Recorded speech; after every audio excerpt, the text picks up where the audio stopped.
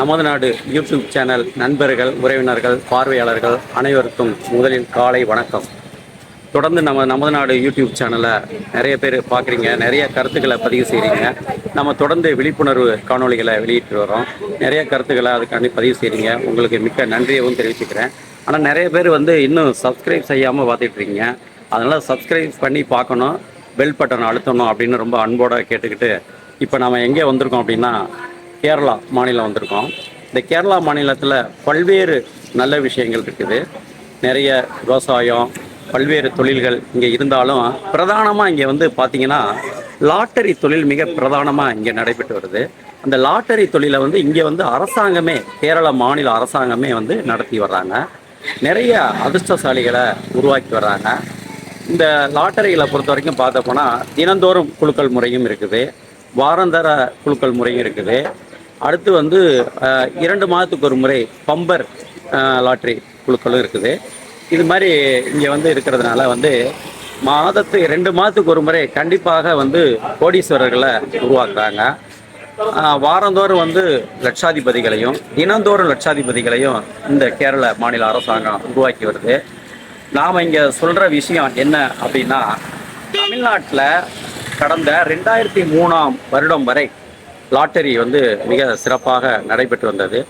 அதில் பல பேர் அதிர்ஷ்டசாலிகளாக தேர்வு செய்து லட்சாதிபதிகளாகவும் கோடீஸ்வரர்களாகவும் இருந்து வந்தாங்க.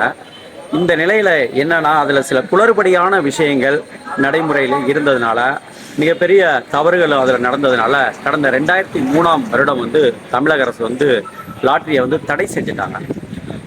இதேட்டு என்னென்னா, பல அதிர்ஷ்டசாலிகள், அதிர்ஷ்டத்தை நம்பி இருக்கிறவங்க எல்லாருக்கும் இது பெரிய இழப்புன்னு தான் சொல்லலாம். இருந்தாலும் அதை முறைப்படுத்தி இப்போ கேரளா மாநிலம் பக்கத்து மாநிலமான கேரளா மாநிலம் மிக சிறப்பாக இதை நடத்திக்கிட்டு இருக்காங்க. எந்த விதமான குளறுபடியும் கிடையாது. அரசே நடத்துறதுனால முறையாக நடத்துகிறாங்க. முறையான பரிசுகளை விழுந்தோர்ன அந்த அதிர்ஷ்டசாலிகளுக்கு வழங்குறாங்க. இதன் மூலமாக பல லட்சாதிபதிகளும் பல கோடீஸ்வரர்களும் தொடர்ந்து இங்கே உருவாக்கப்படுறாங்க. இது மாதிரி தமிழ்நாட்டிலையும் உருவாக்கி நடத்தணும் அப்படின்ட்டு நமது நாடு யூடியூப் சேனல் வழியாக நம்ம தமிழக முதல்வருக்கு இதை ஒரு கோரிக்கையாக வைக்கிறோம். இதை பார்த்துக்கிட்டு இருக்கக்கூடிய பார்வையாளர்கள், நண்பர்கள், உறவினர்கள் அனைவரும் தமிழக அரசுக்கு அழுத்தம் கொடுத்து இந்த லாட்டரி தொழிலை முறைப்படி துவங்கி நடத்தணும், அதிர்ஷ்டசாலிகளை உருவாக்கணும் அப்படின்றதையும் நாம் இந்த காணொளி மூலமாக நம்ம கேட்டுக்கிறோம். இதன் மூலமாக இங்கே கேரளா அரசாங்கத்தில் இந்த லாட்டரி தொழில் நடத்துறது மூலமாக கேரள அரசுக்கு மிகப்பெரிய வருவாயும் இதில் ஏற்படுது. அதே நேரத்தில் இதனை நம்பி பல்வேறு ஏஜெண்டுகள், பல்வேறு சில்லறை விற்பனையாளர்கள் அப்படின்னு பல லட்சம் பேர் இதன் மூலமாக பயனடைகிறாங்க. ஏன் இதை தமிழ்நாட்டிலையும் தொடங்கினா இதே மாதிரி பல லட்சம் சில்லறை வணிகர்கள் பயனடைவாங்க. இது தெருவோரங்களில் விற்கக்கூடிய பல்வேறு சில்லறை வியாபாரிகளும் இதில் உருவாவாங்க. பல பேருக்கு இது தொழில் கிடைக்கும், அரசுக்கும் நல்ல ஒரு வருவாய் கிடைக்கும். ஆகவே தமிழக அரசு இதை தீவிர கவனம் செலுத்தி, இதை ஏற்கனவே நடத்தினதில் பல குளறுபடி நடந்தது, அதனால தான் இதை தடை செஞ்சாங்க. அது மாதிரி குளறுபடிகள் இல்லாமல் மிக சிறப்பாக இதை உருவாக்கி நடத்தணும் அப்படின்னு நமது நாடு யூடியூப் சேனல் மூலமாக நாம் ஒரு கோரிக்கையை தமிழக அரசுக்கு முன்வைக்கிறோம்.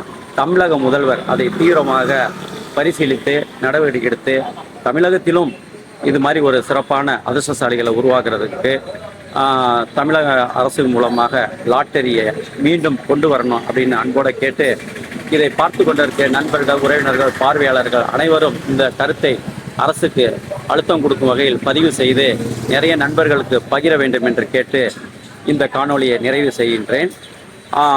தொடர்ந்து நமது காணொளிகளை பார்த்து வரும் நண்பர்கள், உறவினர்கள் அனைவருக்கும் நன்றியை தெரிவித்துக் கொள்கின்றேன். வாழ்க வளமுடன். நன்றி.